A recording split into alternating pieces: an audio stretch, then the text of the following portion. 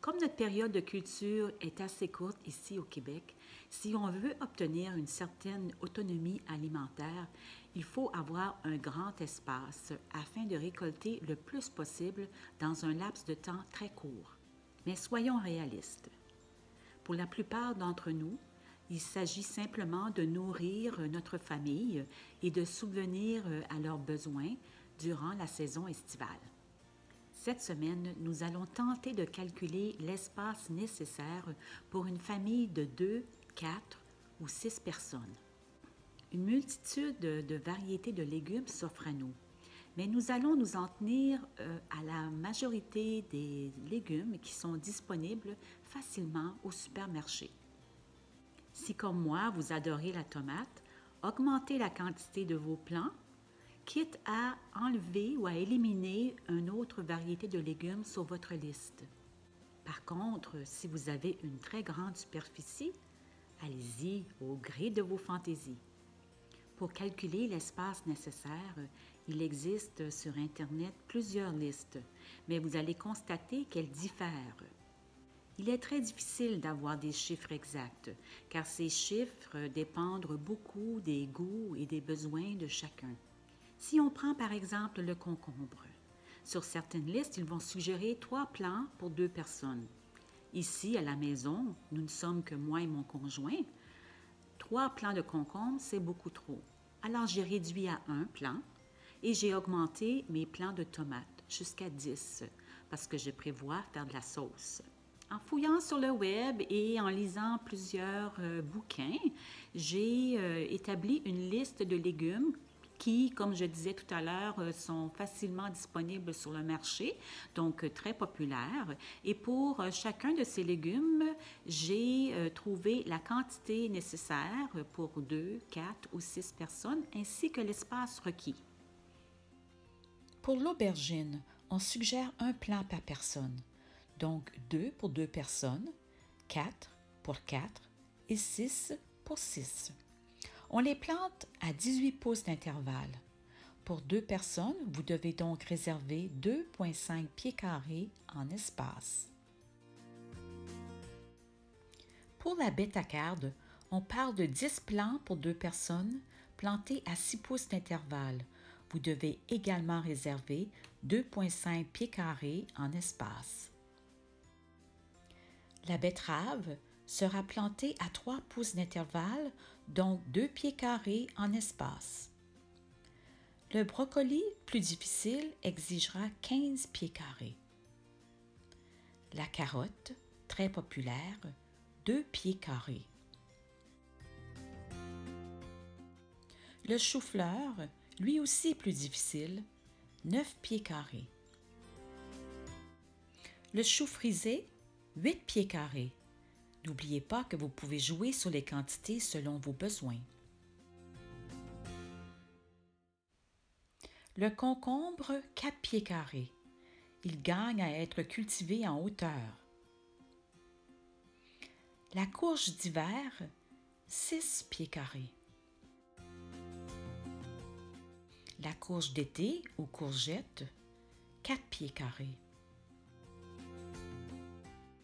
Les épinards, 5 pieds carrés. Vous sauverez de l'espace si vous resserrez les rangées. L'haricot nain, 2,5 pieds carrés. L'haricot grimpant, 5 pieds carrés. Avec une structure en tipis, il exigera moins d'espace. La laitue pommée, 12 pieds carrés. La laitue en feuilles prendra moins d'espace. Le maïs, planté que sur les grands terrains, 27 pieds carrés. Le navet, 2,5 pieds carrés. L'oignon, 8 pieds carrés. Le poireau, 2,5 pieds carrés. Les petits pois, pour la plupart grimpants, 2 pieds carrés. Le poivron, 12 pieds carrés. Le piment prend un peu moins de place. La pomme de terre, planté dans son coin à part, 15 pieds carrés. Les radis, hâtives et faciles à faire pousser, 3 pieds carrés. La rhubarbe, légume vivace, requiert plus ou moins 3 pieds carrés par plant. Le rutabaga, 2 pieds carrés. Et la tomate, la plus populaire, 9 pieds carrés.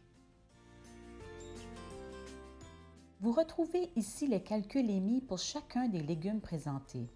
Les 2 colonnes intitulées en carré et traditionnelles sont pour 2 personnes et représentent l'espace requis en pieds carrés pour chacune des méthodes. J'ai utilisé le système impérial au lieu du métrique pour que ce soit plus facile à calculer si vous décidez de jardiner en carré. Les étoiles réfèrent à la culture en hauteur. Si on prend par exemple le concombre, il peut être planté aux 6 pouces plutôt que 24. Vous réduisez donc la superficie. En supposant que vous décidez de tout planter ce qu'il y a dans le tableau, il vous faudrait idéalement 162,5 pieds carrés de superficie, c'est-à-dire 15 mètres carrés pour 2 personnes. Pour les visuels, on parle de 10 carrés de 4 par 4 pieds. Ce total n'inclut pas la rhubarbe, qui à elle seule prend 1 mètre carré d'espace. N'oubliez pas qu'un jardin demande de l'entretien, et plus il sera grand, plus nombreuses seront les heures que vous aurez à y consacrer. S'il s'agit de votre premier potager, vaut mieux débuter tranquillement, avec une petite superficie, quitte à agrandir plus tard. Allez-y par étapes et plantez les légumes qui sont faciles à faire pousser. On parle ici de kale, haricots, radis, laitue, tomates et bêta-carbe, par exemple. Si votre espace est limité, priorisez les légumes qui sont les plus productifs et les plus coûteux à l'épicerie. Nous avons déjà discuté des potagers en carré. Comme vous n'avez pas à réserver d'espace entre les rangées, vous réduisez la superficie totale d'au moins 25 %.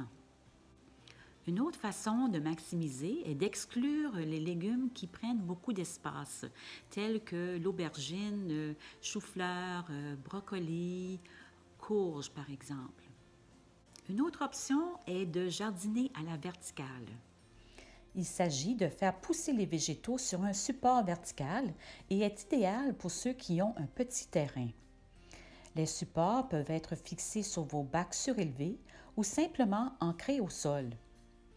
Ils sont principalement utilisés pour les légumes grimpants ou exigeant une grande superficie, tels que les pois, concombres, courges, haricots grimpants et tomates indéterminées. Il existe également des contenants qui s'accrochent ou se fixent au mur et qui peuvent être intéressants pour les balcons. En plus d'être esthétiques, les supports verticaux permettent de camoufler un coin peu attrayant ou de créer un mur d'intimité original. Il y a également d'autres légumes intéressants qui ne se retrouvent pas sur la liste, tels que l'ail, la rhubarbe et les asperges.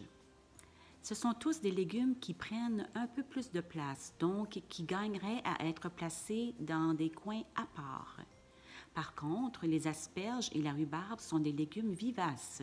Alors c'est intéressant, on n'a pas à les replanter à chaque année. Alors, ce que je vous suggère finalement, c'est de prendre cette liste et de ressortir les légumes qui vous intéressent, de calculer l'espace total requis et de voir si ça convient avec l'espace que vous avez de disponible sur votre terrain. Si vous êtes comme moi, la liste est longue. Alors, je vous suggère à ce moment-là d'éliminer les légumes que vous pensez le moins consommer et ne garder que vos légumes préférés. La semaine prochaine, on fera le choix de ces légumes. On parlera également de compagnonnage et un peu de la rotation des cultures. Alors, bonne semaine!